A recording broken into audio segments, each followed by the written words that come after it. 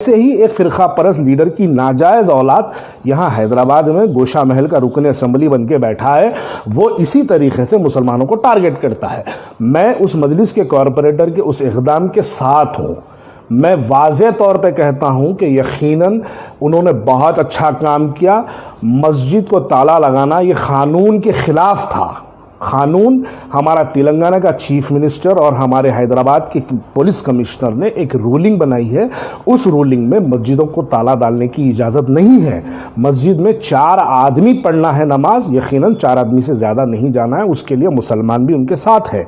लेकिन साइबराबाद में एक रेप केस हुआ था, एक रेप केस हुआ था। जैसे रेप केस के बाद फौरी ही तौर पर लेके जाके वो 4 जनों का इनकाउंटर कर दिया। ऐसे फिरका परस्त बयान देने वालों को लेके जाके गोशा महल से उठा के कहीं अत्तापुर वगैरह के जंगलों में लेके जाके इनका भी इनकाउंटर कर देना चाहिए, ताकि हिंदुस्तान की जो गंगा जमनी तहजीब है, हिंदुस्तान में जो हैदराबाद में जो हिंदू मुसलमानों की मोहब्बत है, उस मोहब्बत को ख़राब करने वाले मैं हैदराबाद के सीपी साहब को मैं अदबन गुजारिश करता हूं कि हैदराबाद के सीपी साहब जैसा साइबराबाद के सीपी साहब ने रेप केस के बाद एनकाउंटर कर दिया था, ये फिरका परस्त बयान देने वालों को भी वैसे ही लेके जाके जंगलों में गोली मार के फेंक देना चाहिए। एमआईएम का कॉरपोरेटर है जिसका मैं नाम नहीं लेना चाहूंगा, वो कॉरपोरेटर पुलिस के साथ में गुंडागर्दी करता है, बदसलूकी करता है, उनको वार्निंग देता है, धमकी देता है।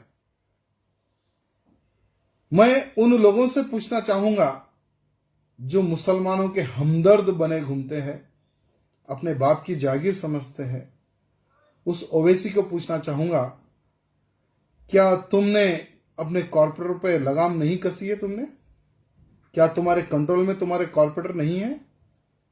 तुम्हारा भाई, तुम्हारे एमएलए, सब लोग तो घर में चुपके बैठे हैं कोरोना के डर से। लेकिन जो लोग पब्लिक की सेवा कर रहे हैं, जो लोग पब्लिक की रक्षा कर रहे हैं, जो कोरोना वॉरियर है, ऐसे हमारे पुलिस डिपार्टमेंट के कांस्टेबल पर गुंडागर्दी, इतनी ज्यादती तुम लोगों की। मैं केसीआर साहब को ये कहना चाहूंगा, मुख्यमंत्री जी को, कि कम से कम जिस कॉर्पोरेटर ने पुलिस के साथ बदसलूकी की है उस कॉर्पोरेटर को तुरंत अरेस्ट करें। और मैं मुख्यमंत्री जी को कहना चाहूंगा कि पुलिस को वो अधिकार दें कि कॉर्पोरेटर हो या कोई भी हो, अगर उनके काम में दखल अंदाजी देता है तो उसके ऊपर सीरियसली एक्शन ले। साथ ही साथ जो मस्जिद का इश्यू ले लेकर वो कॉर्पोरेटर जिद कर रहा था, तो मैं उस कॉर्पोरेटर को कहना चाहूंगा कि हमने हमारा तिरुपति मंदिर बंद किया है, शिरडी जो प्राचीन मंदिर है वो बंद किया है, वैष्णो देवी मंदिर बंद किया है। यानी ये कोरोना वायरस की वजह से पूरे भारत के प्राचीन से प्राचीन मंदिरें आज बंद है। हम भी चाहते हैं कि कोरोना की वजह से कोई भी व्यक्ति की जान ना जाए और ये कोरोना पूर्ण खत्म हो। हमारी सोच ये है, तो तुम्हारी सोच में परिवर्तन क्यों नहीं आ रहा है? क्या तुम भी उन जमातियों जैसे हो क्या, जो जमातियां चाहते हैं कि पूरा देश बर्बाद हो, पूरे देश में कोरोना वायरस की संख्या बढ़ते जाए? क्या उन जैसी तुम्हारी सोच है क्या? मैं मुख्यमंत्री से निवेदन करना चाहता हूं कि ऐसे लोगों को बाहर ना छोड़े और तुरंत ऐसे व्यक्तियों को अरेस्ट करके जेल में डाले। देखिए, मैं रमज़ान जैसे मुक़द्दस महीने में उस गोशा महल के रुकन असेंबली का नाम लेना नहीं चाहता, लेकिन मैंने आज उसकी वीडियो देखी है। वो वीडियो में वो किसी पे तनक़ीद कर रहा है, हमारी मजलिसी कॉरपोरेटर पे एक तनक़ीद कर रहा है। मैं सबसे पहले उस मजलिसी कॉरपोरेटर के इक़दाम की तायीद करता हूँ। यकीनन उन्होंने बहुत अच्छा काम किया, वो ज़रूरी था, क्योंकि पुलिस जिस तरीके से वहाँ पर आकर मस्जिद को ताला डाल रही थी, एक तरफ तो सीपी हैदराबाद और चीफ मिनिस्टर तेलंगाना ये कहते हैं कि मसाजिदों को ताला नहीं डाला जाएगा, 4 आदमी से बढ़के की जो है इजाज़त नहीं गई है। इसको हिंदुस्तान हैदराबाद का हर मुसलमान ये कान बनाए हुए क़ानून को सर आँखों पर रखता है। लेकिन ये जाहिल को, ये दीवाने को कुछ पता नहीं है। ये दीवाना जब भी आता है कुछ ना कुछ बेहुदे बातें कर ही देता है। मस्जिद को ताले डालते हुए कह दिया कि हमने तिरुपति के मंदिर को जो है बंद किया। वो दीवाने को ये भी नहीं मालूम है तिरुपति की मंदिर जो है 19 तारीख के दिन भी खुली थी, 19 अप्रैल के दिन मैं माफ़ी चाहता हूँ, 19 मार्च के दिन जब लॉकडाउन 23 मार्च से हुआ, 19 मार्च के दिन तिरुपति की मंदिर खुली थी और उसके अंदर 40,000 दर्शनी इनके वहाँ पर दर्शन के लिए गए हैं और 18 तारीख के दिन भी वहाँ पर गए हैं। मरकज़ की अगर बात करते हैं तो मरकज़ 15 तारीख के दिन मरकज़ अपने मरकज़ को ताला डाल दिया था दिल्ली में। तबलीगी जमात का जो दिल्ली का जो बड़ा मरकज़ है निज़ामुद्दीन औलिया की बारगाह के बिल्कुल बाजू में, तो 15 तारीख के दिन वहाँ पर लॉक डाल दिया गया था। जब ये बातें करते हैं तो ये सवालात हम भी जानते हैं, ये बातें हम भी पूछना चाहते हैं। 25 अप्रैल के दिन योगी आदित्यनाथ इलाहाबाद को, अयोध्या को जाते हैं, रामलीला के एक प्रोग्राम में जाते हैं और वहाँ पर हज़ारों की तादाद में लोग रहते हैं। एक तरफ हिंदुस्तान का पूरा हिंदू मुसलमान मिलके कोरोना के लिए लड़ रहा है। हम अपनी मसाजिदों को बंद रखे हैं, हम अपनी दरगाहों को बंद रखे हैं, हम अपने खानखाहों को बंद रखे हैं, हम हमारे घरों को अपनी मस्जिदें बना के हम इबादतें कर रहे हैं। लेकिन ये छिछोरे लोग जिस तरीके से हरकतें करते हैं, ये तो पूरी दुनिया इससे वाकिफ़ है। योगी आदित्यनाथ ने अयोध्या के अंदर रामलीला के लिए एक प्रोग्राम निकाला था, एक रैली निकाली थी जिसके अंदर हज़ारों की तादाद में लोग, नेशनल मीडिया इस पर डिस्कस नहीं करता है, लेकिन हमारी छोटी छोटी मस्जिदों पे जहाँ पे 4 आदमी से थोड़ा ज़्यादा या 4 आदमी जमा होते हैं तो उस पर ये फ़िरका परस्त लोगों के बयान शुरू हो जाते हैं। बलवंत सिंह गुरु करके एक जो है सिखों का एक उनका गुरु था, वो गुरु पूरे यूरोप का दौरा करके जब वापस आता है तो एयरपोर्ट पे उसको इस्तकबाल करने के लिए 15 से ज़्यादा हज़ार आदमी, 15,000 से ज़्यादा आदमी उस इस्तकबाल के लिए वहाँ पे आते हैं, लेकिन नेशनल मीडिया इसके ऊपर डिस्कस नहीं करता है।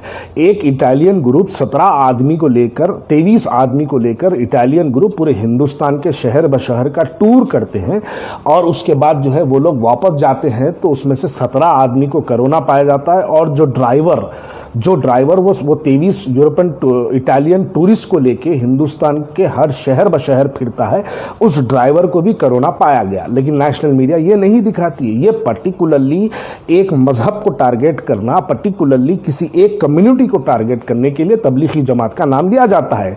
आप बताइए, मोटा भाई स्टेडियम के अंदर गुजरात के अंदर 1 लाख आदमी जो है वहाँ पर जमा होते हैं और अमेरिका से आने वाले कई सौ तादाद में जो है ट्रंप के साथ, अमेरिका के प्रेसिडेंट के साथ वो मोटाबाई स्टेडियम में गुजरात के अहमदाबाद के आते हैं, तो उनमें से कितने आदमी को कोरोना हो, नेशनल मीडिया इसके ऊपर डिस्कस नहीं करता है।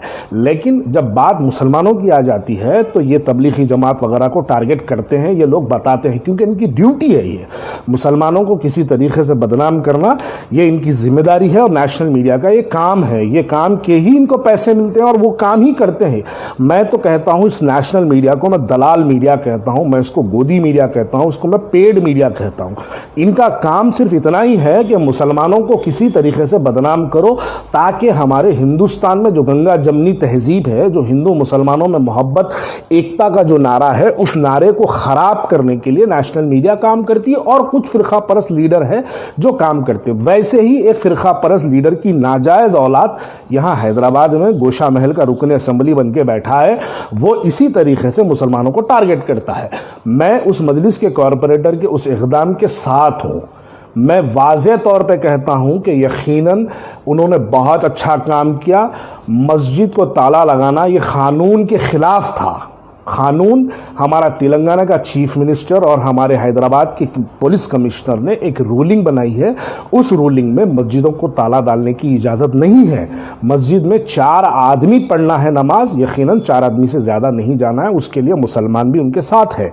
लेकिन जब इसको एक फ़िरका परस्त रंग दिया जाता है, ये गोशा महल के रुकन असेंबली में, रमज़ान जैसे मुक़द्दस महीने में उसका नाम लेना नहीं चाहता, लेकिन जब ये फ़िरका परस्त बयानात आते हैं तो दिल जल उठता है, इसलिए कहना ज़रूरी महसूस होता है। वो जो कॉरपोरेटर साहब ने जो काम किया है उसके लिए यकीनन हम उनके साथ हैं, हम बराबर उनके साथ ठहरेंगे। अगर वक्त आ देखिए हमारे इख्तलाफात अपनी जगह होंगे, हम सियासी तौर पे इख्तलाफात करते रहेंगे, लेकिन जब बात हमारे मज़हब की आएंगी तो हम एक हो जाएंगे और यकीनन इनको जवाब देंगे इंशाअल्लाह। देखिए, मैं तो कहता हूं साइबराबाद में एक रेप केस हुआ था, प्रियंका रेड्डी का एक रेप केस हुआ था। जैसे रेप केस के बाद फौरी ही तौर पर लेके जाके वो 4 जनों का इनकाउंटर कर दिया, ऐसे फिरका परस्त बयान देने वालों को लेके जाके गोशामहल से उठा के कहीं अत्तापुर वगैरह के जंगलों में लेके जाके इनका भी इनकाउंटर कर देना चाहिए, ताकि हिंदुस्तान की जो गंगा जमनी तहजीब है, हिंदुस्तान में जो हैदराबाद में जो हिंदू मुसलमानों की मोहब्बत है, उस मोहब्बत को ख़राब करने वाले, मैं हैदराबाद के सीपी साहब को मैं अदबन गुजारिश करता हूं कि हैदराबाद के सीपी साहब, जैसा साइबराबाद के सीपी साहब ने प्रियंका रेड्डी के रेप केस के बाद एनकाउंटर कर दिया था, ये फिरका परस्त बयान देने वालों को भी वैसे ही लेके जाके जंगलों में गोली मार के फेंक देना चाहिए। मैं यकीनन हैदराबाद के सीपी साहब की जो है मैं उनके इक़दाम की तायीद करता हूं। बहुत अच्छा काम किया उन्होंने। हिंदू मुसलमानों के मोहब्बत को ज़िंदा रखने के लिए जो पुलिस वाले अपनी ड्यूटी से गलत काम कर रहे थे, उन लोगों को सस्पेंड करने के लिए जो उन्होंने काम किया, उनको एक को ट्रांसफ़र, एक को सस्पेंड किया, उसके लिए हम उनकी सताइश करते हैं। लेकिन साथ ही साथ ये भी गुजारिश करते हैं कि ऐसे और भी थोड़े वाक़यात शहर हैदराबाद में हो रहे हैं, वो सोशल मीडिया के जो है पेजेस पे चल रहे हैं, उस पर भी सीरियस तरीके से इंक्वायरी होना चाहिए और इंक्वायरी होकर उसको भी सस्पेंड करना चाहिए। अगर उनको इंक्वायरी करते हैं और सस्पेंड नहीं करते हैं तो कोर्ट खुलेगा। कोर्ट खुलने के बाद बाहैसियती मैं हिंदुस्तानी ख्वाजा बिलाल, मैं यकीनन इन तमाम वीडियोस को लेकर मैं कोर्ट को अप्रोच होऊंगा और कोर्ट के सामने इनको मजबूर कर दूंगा सफाई देने के लिए कि आप बताइए किस तरीके से कोरोना के नाम पर हैदराबाद पे जुल्म किया गया है। इसकी वजह क्या है? देखिए, मार खाने वाला कोई नहीं है। मार खाने वाला मेरा मुसलमान भाई है, मेरा हिंदू भाई है और मेरा हिंदुस्तानी मुसलमान और हिंदू भाई है। देखिए, हिंदू मुसलमान से आगे ये हिंदुस्तानी भाई है। जब हिंदुस्तानी भाई के साथ नाइंसाफ़ी होती है तो बाहैसियती हिंदुस्तानी मुसलमान मेरा ये फ़र्ज़ बनता है कि मैं इसको लेके लीगल एक्शन उनके ऊपर लूँ और मैं कोर्ट का दरवाज़ा खटखटाऊँ। और यकीनन कोर्ट से हमको बहुत उम्मीद है। कोर्ट ने हमेशा मजलूम का साथ दिया है, कोर्ट ने हमेशा जालिम के खिलाफ में जजमेंट दिया है, इसलिए हम कोर्ट को जाएंगे और फैसले करेंगे। आपका क्या कहना है? देखिए, एक सीपी साहब ने परसों एक प्रेस नोट जारी किया, उसके अंदर सीपी साहब ने बात वाज़े तौर पे कह दिया कि लाठी की ज़रूरत नहीं है। परसों होम मिनिस्टर महमूद अली साहब ने भी अपने घर पर एक मीटिंग कॉल की, जिसके अंदर सीपी हैदराबाद और जो है डीसीपीस, पूरे जोन्स के डीसीपीस को बुला के उन्होंने मीटिंग ली। मीटिंग के बाद महमूद अली साहब होम मिनिस्टर ने प्रेस कॉन्फ्रेंस किया। प्रेस कॉन्फ्रेंस के अंदर उन्होंने भी वाज़े तौर पर कह दिया कि कुछ लोगों की वजह से पूरा महकमा बदनाम हो रहा है। यकीनन पुलिस इस वक्त बहुत अच्छा काम कर रही है, लेकिन कुछ 2-4 गिनती के कुछ ओहदेदार हैं, जो ओहदेदार यकीन मानिएगा उनकी जहनियत में आरएसएस, अगर उनका डीएनए टेस्ट करवाएंगे तो उनके डीएनए टेस्ट में आपको निकलेगा कि बीजेपी और आरएसएस की आइडियोलॉजी आपको निकल के पाएगी। उस आइडियोलॉजी के खिलाफ में हम भी लड़ रहे हैं, उस आइडियोलॉजी के खिलाफ में सीपी हैदराबाद भी लड़ रहे हैं और उस आइडियोलॉजी के खिलाफ में महमूद अली होम मिनिस्टर भी लड़ रहे हैं। ऐसे ऑफिसर्स जो हमारे हिंदुस्तान की गंगा जमनी तहजीब, हमारे हैदराबाद की जो गंगा जमनी तहजीब है, उसको ख़राब कर रहे हैं, वैसे ऑफिसर्स के खिलाफ में यकीनन हम कोर्ट को जाएंगे और बार बार हुकूमत के सामने, आप जैसे सोशल मीडिया के ज़रिए हुकूमत के सामने हम इन मुद्दों को लाएंगे, बताएंगे कि देखो किस तरीके से मजलूम एक बच्चा माउस की और मेवे की बंडी लगाता है तो कैसे फिरका परस्त पुलिस वाले आके उस बंडी को पलटाते हैं। हम ये पहले पुलिस वालों को सोशल मीडिया के ज़रिए बताएंगे, यानी सीपी हैदराबाद को हम सोशल मीडिया के ज़रिए बताएंगे। अगर सोशल मीडिया के ज़रिए देखने के बाद सीपी हैदराबाद अगर इसके ऊपर एक्शन लेते हैं तो हम उनके शुक्रगुजार होंगे। अगर उन्होंने उसके ऊपर एक्शन नहीं लेते हैं, हम तो जस्टिस का शुक्र अदा करेंगे कि हमारे पास एक ऑप्शन है कि हम कोर्ट को जाके इंसाफ के लिए दरवाज़ा खटखटा सकते हैं।